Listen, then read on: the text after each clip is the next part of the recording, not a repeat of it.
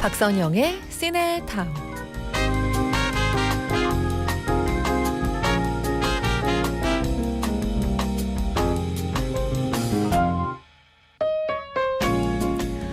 마릴린 먼로는 생전에 엄청난 독서광이었다고 하죠. 짬이 날 때마다 읽었고 어딜 가서 혼자 시간이 되면 꼭 서점에 들러서 직접 책을 펴보면서 골랐다고 합니다. 그녀는 이렇게 말해요. 혼자 있을 때 나는 내 자신으로 돌아간다. 성공은 공공연하게 만들어지지만 재능은 혼자 있는 시간에 탄생하기 때문이다.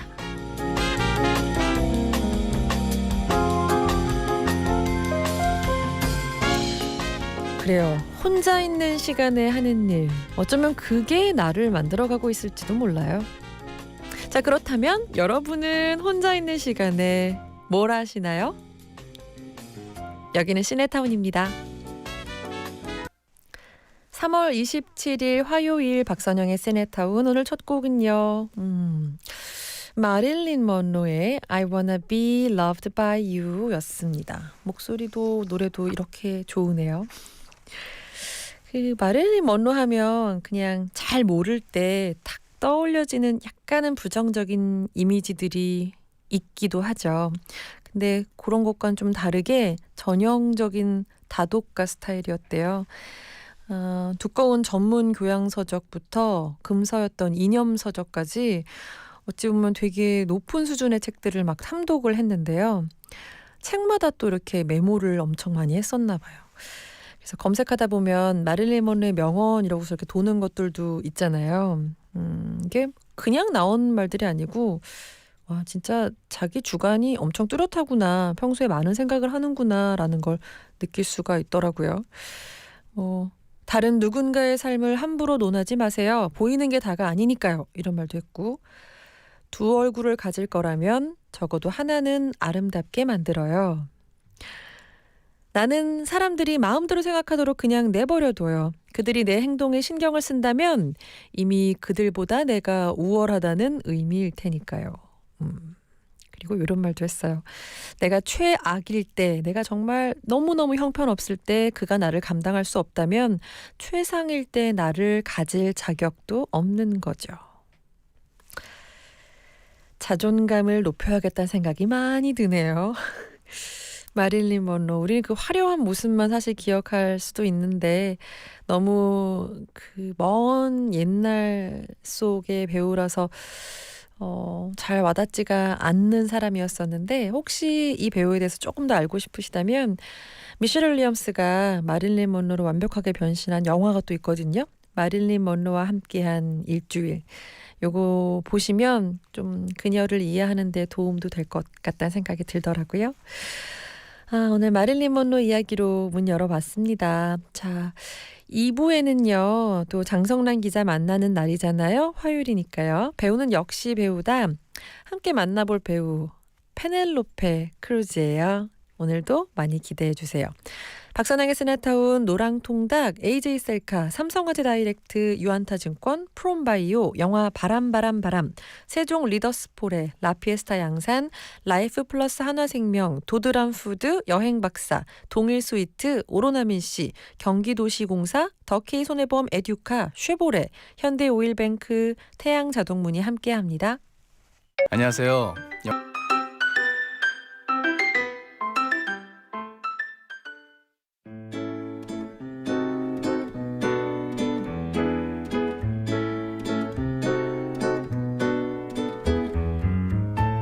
신 속에 숨은 퀴즈, 신의 퀴즈.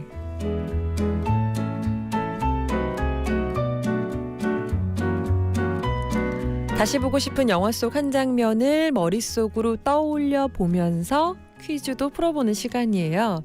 오늘 함께 볼 영화는 월터의 상상은 현실이 된답니다.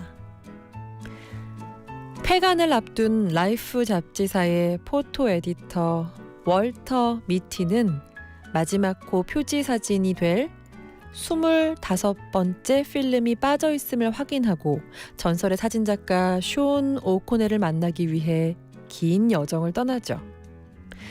그린란드와 아이슬란드를 거쳐서 마침내 히말라야 눈 쌓인 바위 절벽에서 며칠째 카메라 앞에 앉아있는 쇼를 만나요.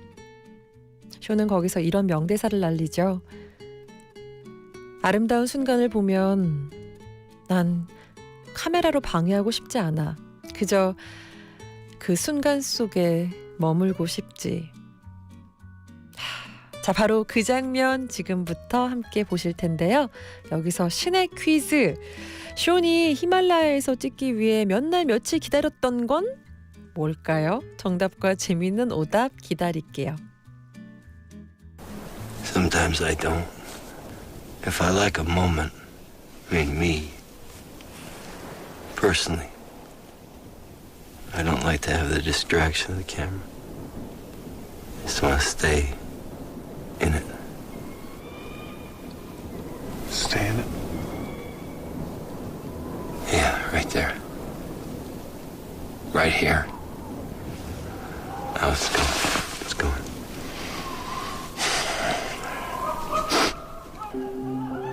That looks like fun. I think I'm gonna jump in. Hey, what was the picture, Sean? We're gonna be odd numbered if you don't join. What was the picture? Let's just call it a ghost cat, Walter Mitty.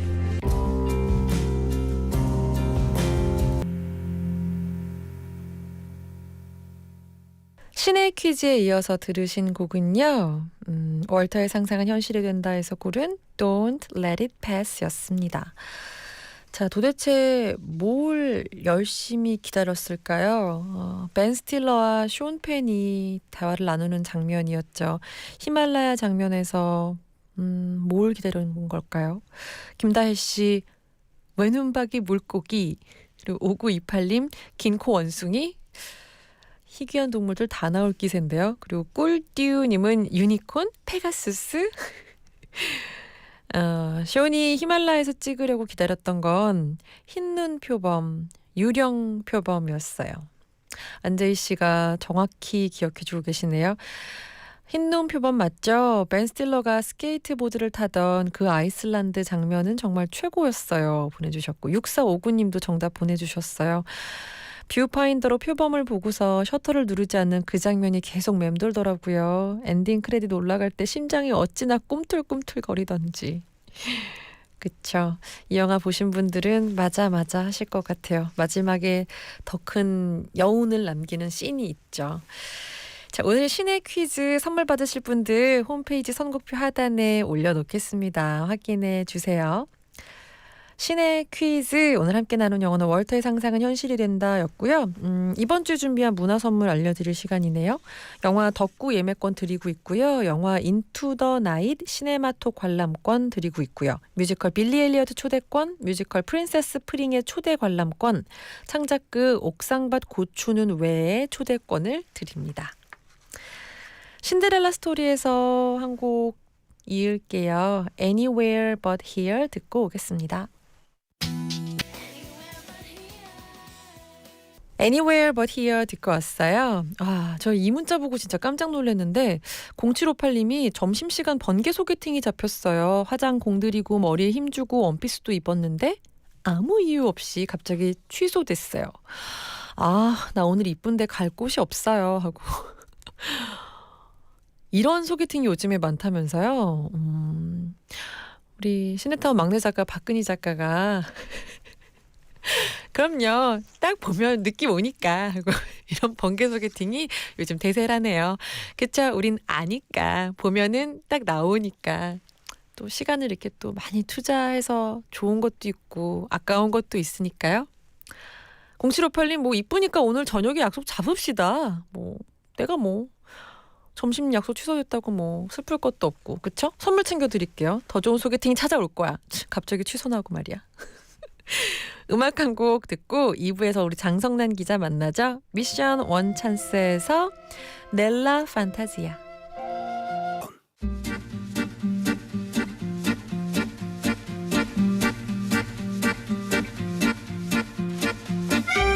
배우는 역시 배우다.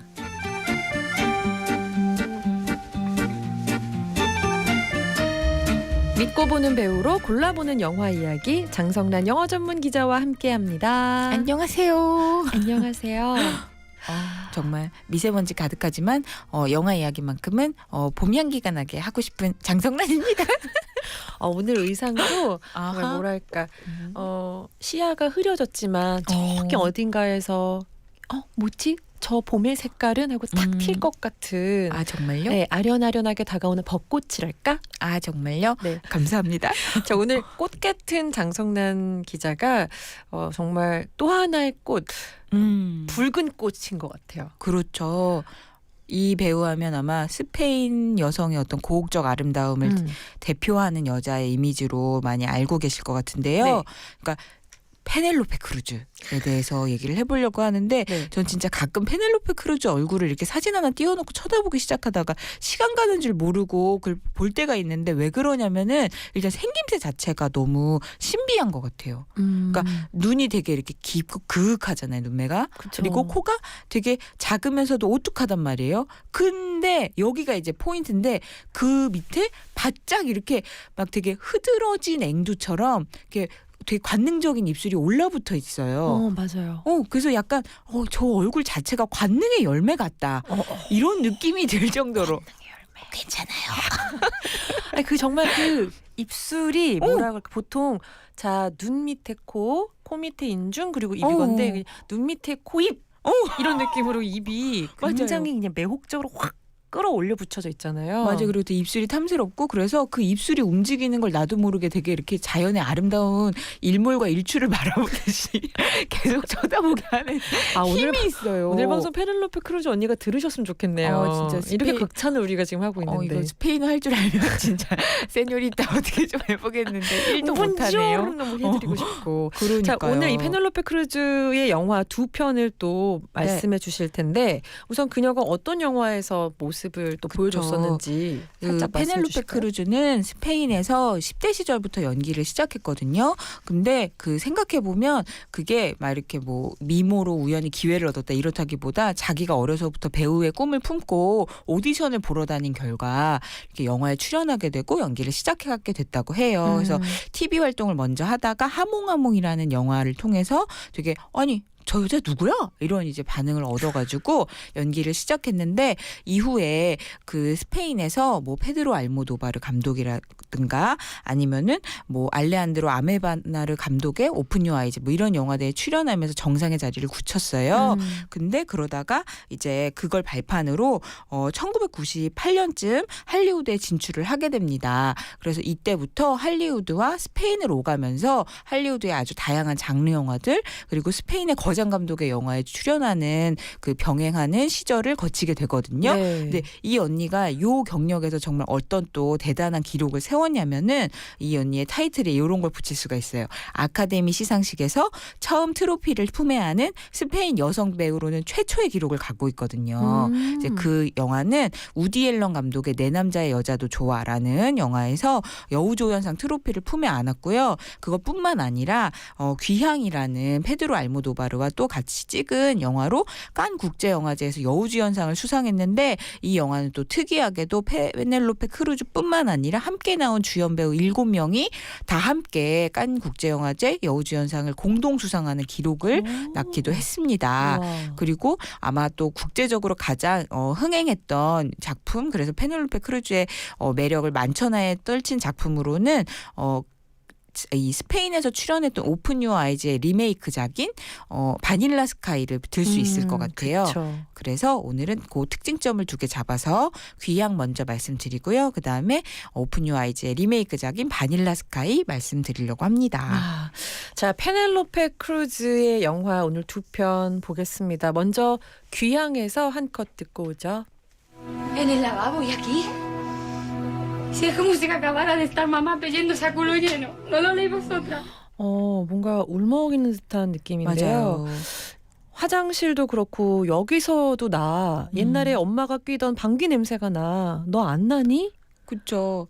이제 이게 되게 신비한 그런 설정을 깔고 있는데 네. 죽은 엄마가 돌아왔다라는 거를 이 큰딸인 라이문다가 알게 되는 느끼게 되는 그 대목에서 나오는 대사예요. 그러니까 엄마가 옛날에 이렇게 방귀를 뀌고 이랬던 거를 그런 향을 느끼는 건가요, 그러면? 그렇죠. 엄마 특유의 방귀 냄새가 있다. 이제 이걸 깔고 있는 거죠. 네. 근데 이 영화가 되게 재밌는 게 뭐냐면은 그 약간 판타지적인 요소도 있는데 한편으로는 그 엄마를 이렇게가 왔다는 거를 이렇게 감지하는 단서는 또 방귀 냄새 이런 식이잖아요. 네. 그러니까 이게 페드로 알모도바르 감독의 어떤 특징이라고 할 수 있는데 그 사실은 인간의 욕망의 어두운 면을 그리는 걸로 시작해서 최근에는 그 어떤 도덕적 규범이나 이런 걸 뛰어넘는 여성의 생명력을 찬양하는 영화를 만들고 있어요.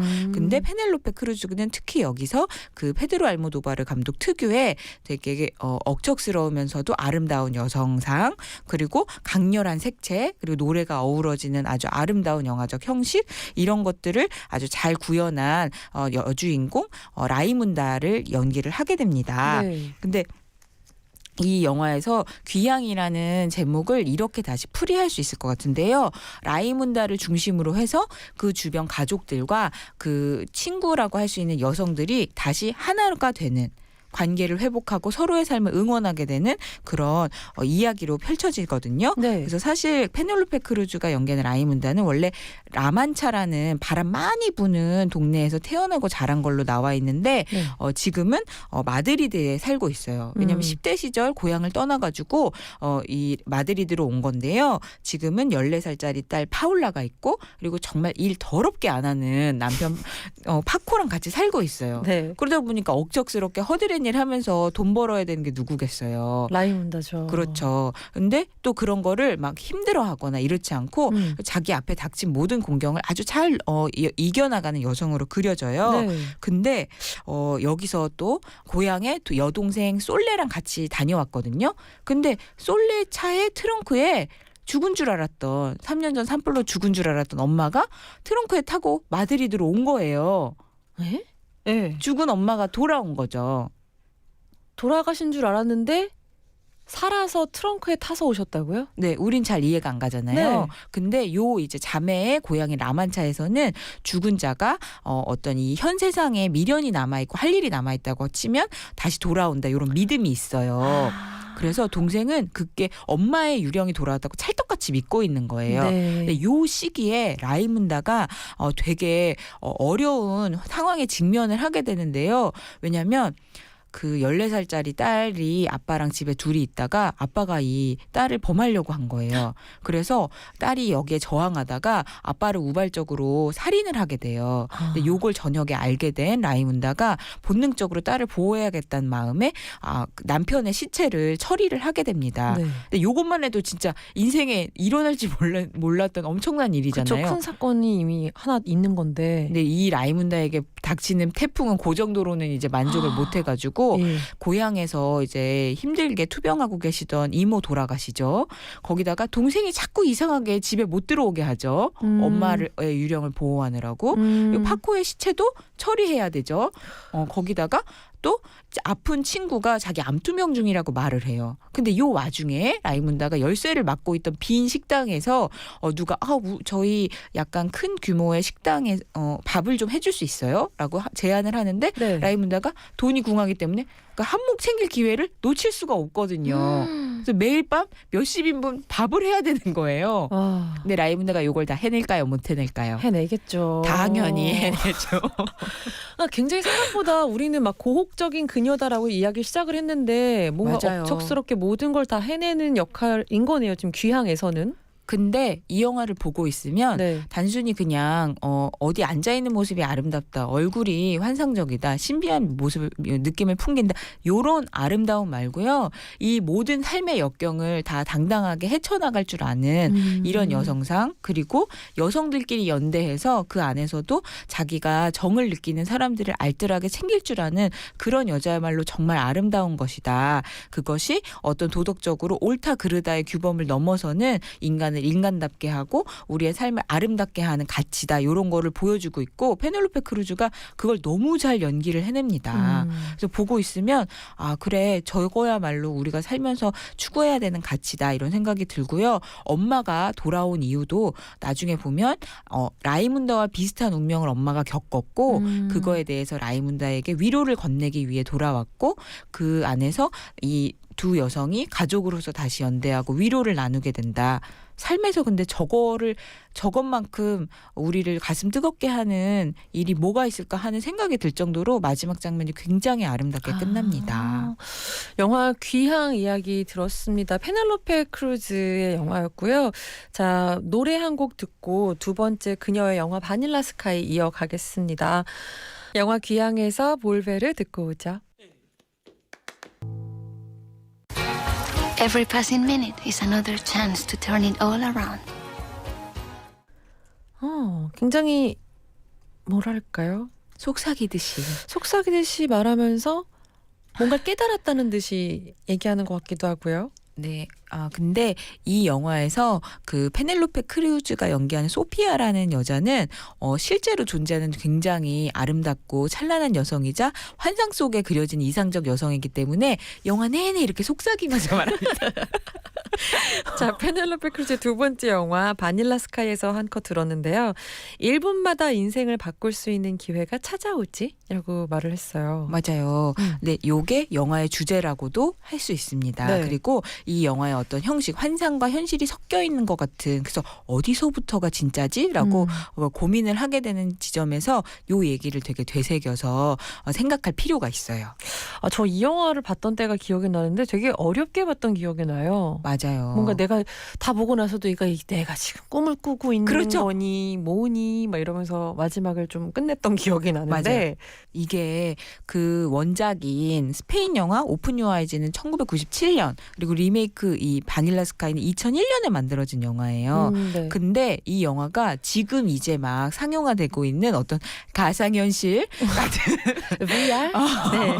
개념을 깔고 있다고 생각하시면 돼요. 그러니까 지금은 그나마 좀 익숙한데 그때 볼 때만 해도 그 개념이 이제 익숙치 않으면 이 영화가 하는 설정과 이야기가 되게 낯설게 다가오셨을 수 있을 것 같아요. 그러니까 이게 어떤 이야기냐면, 사실 그 영화를 보고 있으면은 주인공 탐 크루즈가 연기하는 데이비드가 이야기하는 자기의 삶이 어디까지가 꿈이고 어디서부터가 현실이고 막 조각난 것 같은 느낌이 막 들어요. 그래서 막 추리를 하면서 보게 되는데, 일단 정리를 해서 얘기하자면 이런 식이에요. 그 데이비드가 네. 그 아버지로부터 언론 계열사를 물려받은 33살의 아주 유망한 잘생긴 청년 재벌이에요. 네. 근데 이 사람의 삶은 뭐 남부러울 게 하나도 없어요.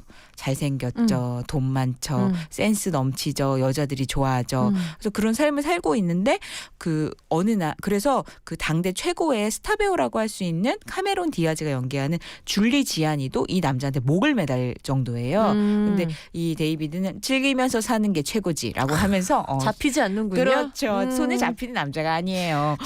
저런. 그런데 요 남자를 손에 잡는 여자가 누구냐?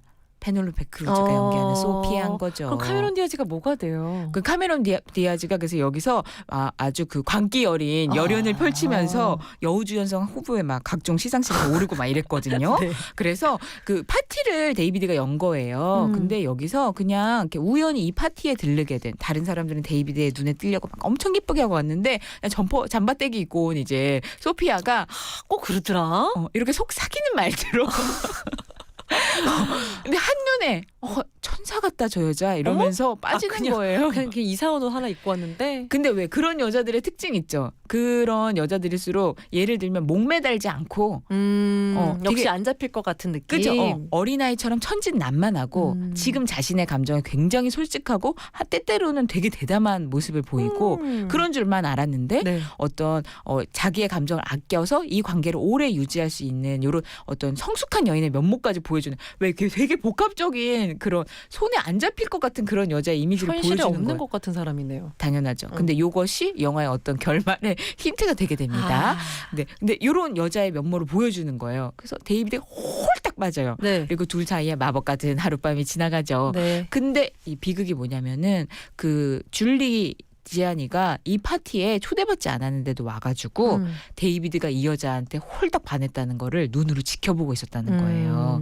그래서 그 다음날 줄리 지아니가 데이비드 앞에 나타나가지고 내 차에 타 그러더니 막 차 운전을 하면서 갑자기 광기 어린 이야기를 하면서 희번덕 하기 시작하는 거예요. 네. 그래서 결국엔 차를 몰고 다리 밑으로 추락을 해버려요.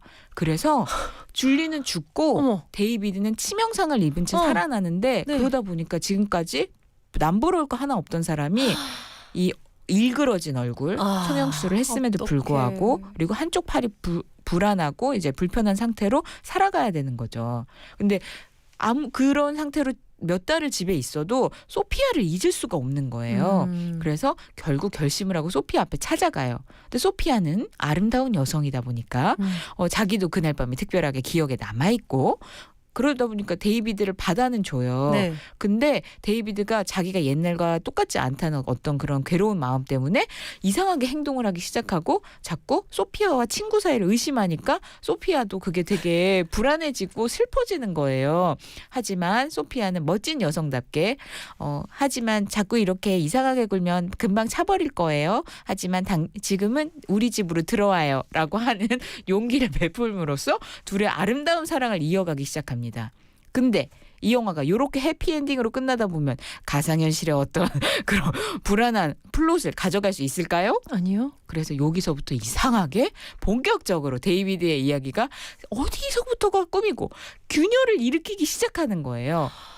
어디서부터가 꿈이고 어디서부터가 현실인지 모호해지는 그 그- 경계를 넘나들면서 톰 크루즈의 뭔가 나락으로 빠지는 인생과 그렇죠. 그래서 마지막에 탐 크루즈가 연기한 데이비드가 선택을 해야 되는 거예요. 꿈결 같은 환상에 머물 것이냐 아니면 쓴맛 가운데 달콤한 맛을 함께 경험할 수 있는 진짜 현실의 인생을 택할 것이냐. 이제 그 선택을 두고 보는 것이 우리의 몫입니다. 바닐라 스카이가 이런 영화였구나. 다시 보시면 굉장히 흥미로운. 저도 다시 보면서 이런 영화였구나라고 다시 깨달았습니다. 야, 오늘 페넬로페 크루즈의 영화 두 편을 여러분께 보여드리었는데요. 오늘따라 정말 시간이 더 야속하네요. 그러게요. 근데 진짜 저도 페넬로페 크루즈 다시 찾아보니까 뭐 하나 그냥 얻은 적이 없고 다 자기가 스스로 구해서 지금의 자리에 올랐더라고요. 이 멋진 언니의 아름다움과 그 노력을 정말 찬양하고 싶습니다. 장선랑 기자 오늘도 정말 감사했고요. 다음 주에 뵙겠습니다. 다음 주에 봬요. 시네타운에서 준비한 상품입니다. 백화점 상품권, 청소이사 전문 영국 크린에서 탈취 및 청소제, 주식회 성진경에서 만두, 톡톡톡 예뻐지는 소리 톡스앤필몰에서 마스크팩 세트, 성격 분석 전문 심리카페 멘토에서 커플 이용권, 판촉물은 고려 기프트 판촉물에서 게르마늄 팔찌를 드립니다. 박선영의 시네타운 오늘도 함께 해주셔서 고마워요. 점심 맛있게 드세요. 마음먹은 대로 다 잘 될 거예요. 언제나 영화처럼.